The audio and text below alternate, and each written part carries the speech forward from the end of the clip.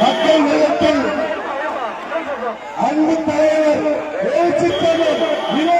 வந்திருக்கின்றோம். தலைவருக்கு வழிவிட்டு உள்ள வளருங்க, பேசி வந்திருக்க வேண்டாம். தலைவருக்கு வழிவிடுங்க.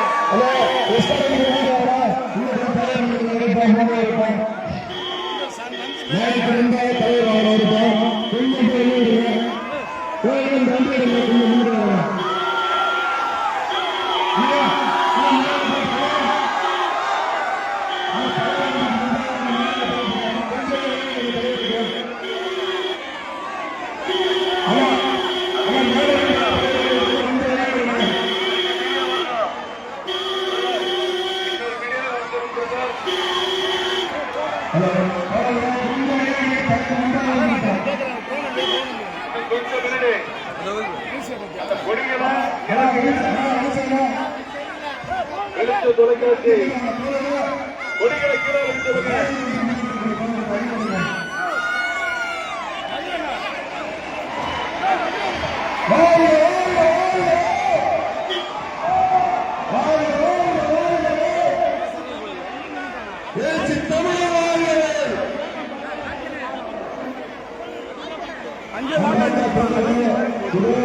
மக்கள் தலைவர் உலகம் உட்பட்டவர் அந்த எழுச்சி தமிழர் மேலே வந்துவிட்டார்.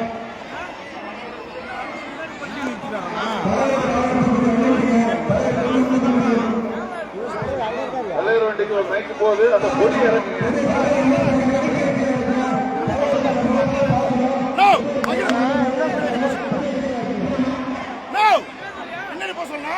கொடியை கீழே இருக்குங்க. சிறுத்தைகள் தயவு செய்து கொடியை கீழே இருக்குங்க. அப்பதான் தலைவர் எல்லாரையும் பார்ப்பாரு. தலைவர் கேட்கிறேன் ஒரு காலத்தில்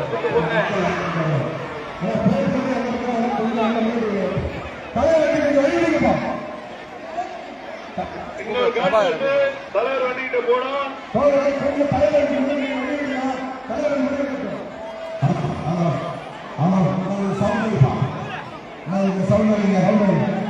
நமது சின்னம்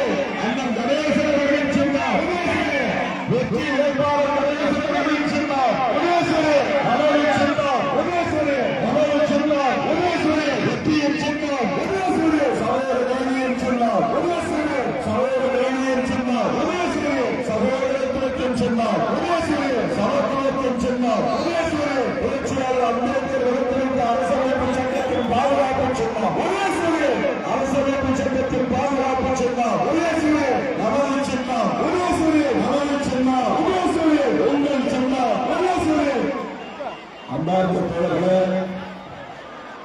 வெற்றி வேட்பாளர் மாண்புமிகு அமைச்சர் இந்த ரன்னிங் மைந்தர் கல்லூர் கிராமத்தை சார்ந்த வெற்றி வேட்பாளர் அண்ணன் கணேசன் அவர்களே, திமுக, காங்கிரஸ், தேமுதிக, மதநலன் திராவிட முன்னேற்ற கழகம், மக்கள் நீதி மய்யம், இந்திய கம்யூனிஸ்ட் கட்சி, மார்க்சிஸ்ட் கம்யூனிஸ்ட் கட்சி, இந்திய யூனியன் முஸ்லீம் லீக், மனிதநேய ஜனநாயக கட்சி, மனிதநேய மக்கள் கட்சி, எஸ்டிபிஐ உள்ளிட்ட தோழமை கட்சிகளை சார்ந்த மாவட்ட ஒன்றிய நகர பேரூர் பொறுப்பாளர்கள், நமது கட்சியின் மாவட்ட செயலாளர் தம்பி மாணவர்கள் உள்ளிட்ட இயக்கத்தின் முன்னோடிகளே, தேர்தல் பணிக்குழு பொறுப்பாளர்களே, கொடுத்தும் வெயிலையும் பொருட்படுத்தாமல் இங்கே பல்லாயிரக்கணக்கில் கூடியிருக்கிற கட்டு கடங்காமல் துணிவு எழுகிற என் ஊரின் ஊரான உங்களை சீர்கிறார். உங்கள் அனைவருக்கும் என்னுடைய பணியில் கலந்த வணக்கத்தை தெரிவித்துக் கொள்கிறேன். அண்ணன் கணேசன் அவர்களின் வெற்றியை உறுதி செய்வதற்காக நான் இங்கே இருக்கிறோம். உங்களுக்கு என்று நான் சொல்ல விரும்புகிறேன். முதலில் என்னை சட்டமன்றத்திற்கு அனுப்பிய பெருமை நம்முடைய திட்டக்குடி என்கிற மங்களூர் தொகுதியை பேரர் அரசியலால் அடையெடுத்து வைத்த 2001ஆம் ஆண்டு முதலாக அன்றைய மங்களூர் இன்றைய திட்டக்குடி தொகுதியில் வேட்பாளராக டாக்டர் கலைஞர்களால் அறிவிக்கப்பட்டு மதுரையில் நான் போட்டியிட வேண்டும் என்று ஆசைப்பட்டாலும் மொத்தவர்கள் கலைஞர் அவர்கள்தான் இல்லை, நீங்கள் மங்களூரில் இருந்தால்தான் வெற்றி பெற முடியும் என்று அவராகவே என்னை மங்களூர் தொகுதி வேட்பாளராக அறிவித்தார். உதயசூரியன் சின்னத்தில் தான் போட்டியிட்டேன். என்னை சட்டமன்றத்திற்கு அனுப்பி வைத்த பெருமை, இந்த இயக்கத்தை முதலில் தேர்தல் களத்தில் வெற்றி பெற வைத்த பெருமை என் ஊரின் உயிரான விடுதலை சிறுத்தைகளை சார்ந்த வாக்காளர் பெருமக்களே உங்களையே சாரும். அதன் பிறகு நான் 2 ஆண்டுகளில் சட்டமன்ற உறுப்பினர் பதவியில் ராஜாவாசியை நேர்ந்துவிட்டது. பின்னர் 2006 போட்டியிட விரும்பினேன். ஆனால் சூழல் தனியவில்லை. அப்போது நம்மோடு இந்த பேசி முடிச்ச பிறகு போலாம். 2006 நான் மீண்டும் திட்டக்குடி தொகுதியிலே போட்டியிட விரும்பி கடைசி நேரத்தில் தொடங்கிவிட்டேன். இப்போது சொல்கிறேன், இங்கே அண்ணன் கணேசன் வேட்பாளராக இருக்கிறார் என்பதை விட திருமாவளவன் தான் வேட்பாளராக இருக்கிறார் என்று மகிழ்ச்சியோடு சொல்ல கடமைப்பட்டிருக்கிறது. அண்ணன் கணேசன் வெற்றி பெற்றால் திருமாவளவன் வெற்றி பெற்றதாகத்தான் பொருள். அண்ணன் கணேசன் அமைச்சரானால் திருமாவளவன் அமைச்சராகத்தான் பொருள். திருமாவளவனை எந்த நேரத்திலும் 24 மணி நேரத்தில் எந்த நேரத்திலும் சந்திக்க முடியும். அதேபோல அண்ணன் கணேசன் அவர்களை எந்த நேரத்திலும் நாம் சந்திக்க முடியும். கடந்த 5 ஆண்டுகள் நம்முடைய தோழர்கள் என்னை எப்படி சந்திப்பதில் ஆர்வம் காட்டினார்கள், எந்த நேரத்திலும் சந்தித்து விவாதித்தார்களோ அதை போல அமைச்சரான பிறகு எனக்கு வேலை அதிகமாக இருக்கிறது, நான் பிஸியாக இருக்கிறேன் என்று ஒரு பேரும் சொல்லாமல் நம்முடைய தோழர்கள் இந்த தொகுதியை சார்ந்த மக்கள் எந்த நேரத்திலும் அவரை சந்திக்க முடிந்தது, சந்தித்தோம். அவர் அனைவருக்கும் என்னெல்லாம் செய்ய முடியுமோ அவரையும் தன்னுடைய வலிமைக்கேற்ப செய்து காட்டினார். தமிழ்நாட்டிலேயே ஒரு சட்டமன்றத்தை 5 ஆண்டுகளில் வேறு எவரும் செய்ய முடியாத அளவுக்கு 1700 கோடி ரூபாய் மதிப்பிலான திட்டங்களை கொண்டு வந்து செயல்படுத்தி காட்டியிருக்கிறார். நம்முடைய இளைஞர் அதற்கு தொழிலாளர்கள ஆயிரத்திற்குள்ள திட்டத்தை கொண்டு வந்து இங்கு விவசாய பெருமக்களுக்கு மகிழ்ச்சி அளிக்கக்கூடிய அளவுக்கு ஆயிரக்கணக்கான ஏக்கர் நிலம் நீர்ப்பாய்ச்சலுக்கு ஏற்ப ஏற்பாடுகளை செய்து சாதித்து காட்டியிருக்கிறார். ஒரு ஊராட்சியும் கூட விட்டு வைக்காமல் ஒவ்வொரு ஊராட்சியும் பயன்படக்கூடிய வகையில பல்வேறு திட்டங்களை கொண்டு வந்தவர். தமிழ்நாடு அரசியல் வரலாற்றில் ஒரு எடுக்கப்பட்ட சமூகத்தில் பிறந்து முதலமைச்சரின் நம்பிக்கையை பெற்று தொழிலாளர் நலத்துறை அமைச்சர் என்ற ஒரு பெரிய இலாக்காவின் அமைச்சராக பொறுப்பேற்ற பொழுது நம்முடைய மண்ணின் மைந்தர் திட்டக்குடி மைந்தர் இந்த கலைஞர் கிராமத்தை சார்ந்த அண்ணன் கணேசன் அவர்களை சார்பு என்பதை நான் மகிழ்ச்சியோடு சொல்ல கடமைப்பட்டிருக்கிறேன். இவர் நம்முடைய அமைச்சரா இல்லையா? இவர் நம்முடைய அமைச்சரா இல்லையா? ஆமாம் ஆமாம், நம்முடைய அமைச்சர். சிறுத்தைகளின் தோழர். எந்நேரமும் எந்த சூழலிலும் எந்த காலத்திலும் எளிதில் அவரை சந்திக்க முடியும். அவரை நாம் வெற்றி பெற செய்து சட்டமன்றத்திற்கு அனுப்ப வேண்டிய பொறுப்பு, மீண்டும் அவரை அமைச்சராக்க வேண்டிய பொறுப்பு நமக்கு இருக்கிறது. அதை கேட்டுக் கொள்வதற்காகவே, நினைவூட்டுவதற்காகவே, சுட்டிக்காட்டுவதற்காகவே இந்த குறிப்பு வெளியில் உங்களை தேடி வந்திருக்கிற அவரை வெற்றி பெற செய்தீர்களா? சட்டமன்றத்திற்கு அனுப்புவீர்களா? 1 லட்சம் வாக்கில் வித்தியாசத்தில் வெற்றி பெற செய்தீர்களா? அவரை எதிர்த்து போட்டியிடக்கூடிய வேட்பாளர்களை டெபாசிட் இழக்க செய்தீர்களா? இந்த தொகுதியை விட்டு விலக்கி அடிப்பீர்களா? சொந்த தொகுதியில் போட்டியிடாமல் வேறு தொகுதிகளில் இருந்து இங்கே வந்து அண்ணன் அமைச்சர் கணேசன் அவர்களை எதிர்த்து போட்டியிடுகிறார். ஒன்றை நினைவுபடுத்துகிறேன். 2016ஆம் ஆண்டு நான் மக்கள் நல கூட்டணியில் வேட்பாளராக போட்டியிட்ட போது உண்மையிலேயே காட்டுவண்டார் கோவிலில் வெற்றி பெற்றது திருமாவளவன் தான். ஆனால் அன்றைக்கு ஆட்சி அதிமுக ஆட்சி என்பதனால் அதிகாரத்தை பயன்படுத்தி திருமாவளவன் தோல்வி சொல்லி தோற்று போனவர்களை வெற்றி பெற்றார் என்று அறிவித்தார்கள். என்ன தெரிவித்தது? 2016ஆம் ஆண்டு உண்மையிலேயே அவருடைய தலைவர்கள் 3000 வாக்குகளின் வித்தியாசத்தில் காத்திருந்தார்கள். திருமாவளவன் வெற்றி பெற்றார். ஆனால் அன்றைக்கு ஜெயலலிதா அம்மையாருடைய ஆட்சியை பயன்படுத்தி அதிகாரிகளை பயன்படுத்தி திருமாவளவன் தோல்வி என்று சொல்லி தோற்று போன ஒருவரை வெற்றி பெற்றதாக அறிவித்தார்கள். அவர்தான் இங்கே வந்து இப்போது திட்டக்குடி தொகுதியிலே போட்டியிடுகிறார். இந்த தொகுதியின் வளர்ச்சிக்காக பல்வேறு திட்டங்களை கொண்டிருந்து அனைத்து தரப்பு மக்களின் நன்மதிப்பை பெற்ற ஒரு மகத்தான வேட்பாளர், அனைத்து தரப்பினரின் நன்மதிப்பை பெற்ற ஒரு மகத்தான வேட்பாளர் அண்ணன் கணேசன் அவர்கள். நம்முடைய முதலமைச்சர் அண்ணன் முத்துவேல் கருணாநிதி ஸ்டாலின் அவர்கள் நம்பிக்கைக்குரியவர். இவர் என்ன சொன்னாலும் உடனடியாக அதை நிறைவேற்றி தரக்கூடிய அளவுக்கு இவர் மீது முதலமைச்சருக்கு மிகப்பெரிய வாஞ்சை உண்டு. அப்படிப்பட்ட ஒரு வேட்பாளர் தான் அண்ணன் நம்முடைய கணேசன் அவர்கள். 22ஆம் தேதி பிரச்சாரம் இல்லை. இந்த 4 நாட்களில் ஒரு வாக்கு கூட செல்லாமல் அத்தனை வாக்குகளிலும் உதயசூரியன் சின்னத்தில் முத்திரையிட்டு அவர் பெரியாரியான வாக்குகளின் வித்தியாசத்தில் வெற்றி பெற செய்ய வேண்டும். இவருடைய வேண்டுகோள். அடுத்த வேண்டுகோள், இன்றைக்கு விடுதலை சிறுத்தைகள் கட்சி மாநில அங்கீகாரம் பெற்ற கட்சியாக, சொந்த சின்னத்தை பெற்ற கட்சியாக, பாடல் சின்னத்தை பெற்ற கட்சியாக வளர்ச்சி அடைந்திருக்கிறது என்று சொன்னால் அதற்கு காரணம் திராவிட முன்னேற்ற கழகமும் அதன் தலைவர் முத்துவேல் கருணாநிதி ஸ்டாலின் அவர்களும் தோழமை கட்சிகளும் தான்.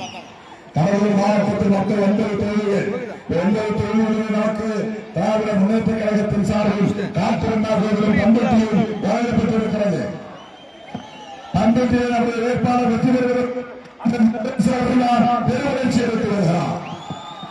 அவருக்கு இந்த மாவட்டத்தின் 4 தொகுதிகள் அவருடைய கட்டுப்பாட்டில். அதுவே நம்முடைய தொகுதி பண்ருட்டி வெற்றி பெறுவதற்காக திமுக தொண்டர்கள் தீவிரமாக களப்பணியாற்ற இங்கிருந்து ஆணையிட்டுக் கொண்டே இருக்கிறார், வலியுறுத்திக் கொண்டே இருக்கிறார். கீழே இறக்க முடியுங்க, கீழே இறக்க முடியும், ஆணையிட்டுக் கொண்டிருக்கிறார். திமுக தொண்டர்கள் பம்பரம்போடு சுற்றிச் சேர்ந்து பணியாற்றிக் கொண்டிருக்கிறார்கள் காட்டுமன்னார்குடியிலும் பண்ருட்டியிலும். அப்படி என்றால் மங்களூரில் நாம் சுற்றிச் சேர்ந்து பணியாற்ற வேண்டாமா? தீவிரமாக திட்டக்குடியில் தீவிரமாக நாம் வாக்கு சேகரிக்க வேண்டாமா? 8 தொகுதிகளிலும் திமுகவினர் நம்முடைய தொகுதியில் 8க்கு 8 நூற்றுக்குள்ளே வெற்றி பெற வேண்டும் என்பதற்காக தீவிரமாக வாக்கு சேகரிப்பில் ஈடுபட்டு வருகிறார்கள். வீடுவீடாக சென்று வாக்கு சேகரித்து வருகிறார்கள். அதே போல திட்டக்குடி தொகுதியில் அண்ணன் கணேசன் அவர்களுக்கு வீடு வீடாக சென்று வீடாக சென்று ஒரே சமயம் சின்னத்திற்கு பத்திரிகைகள் எல்லாம் மீடியாவெல்லாம் சொல்றாங்க, ஒரு பெரிய கட்சி ஆரம்பிச்சிட்டாரு.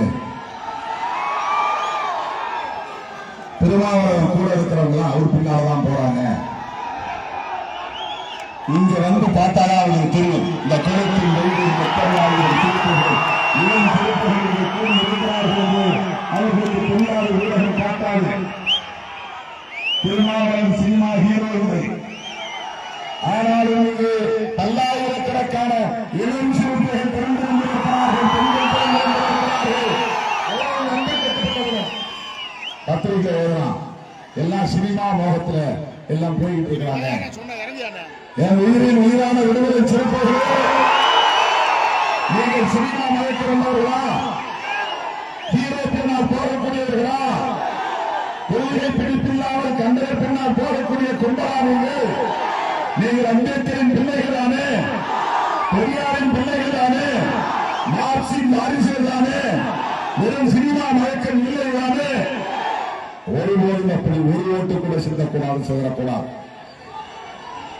ஒருபோதும் சினிமா ஹீரோக்களை பார்த்து மயங்கி வாக்குகளை சிதறடிக்கக்கூடிய சக்தி இல்லை. விடுதலை சிறுத்தைகள் என்று உறுதிப்படுத்த வேண்டும் என்று கேட்டுக்கொள்கிறேன். செய்தீர்களா? வாக்குகளை சிதறாமல் பாதுகாப்பீர்களா? விசிலடிப்பவர்கள் தேட்டருக்கு அனுப்புங்கள். அவர்கள் தேட்டருக்குத்தான் நாளைக்கு, அவர்களை சட்டசபைக்கு அனுப்ப தேவையில்லை.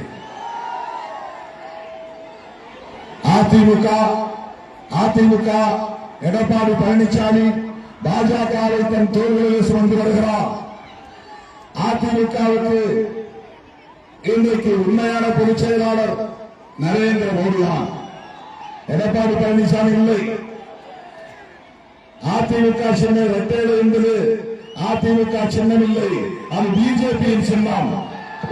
பிஜேபி இன்னொரு சின்னம் தான் இரட்டையிலை.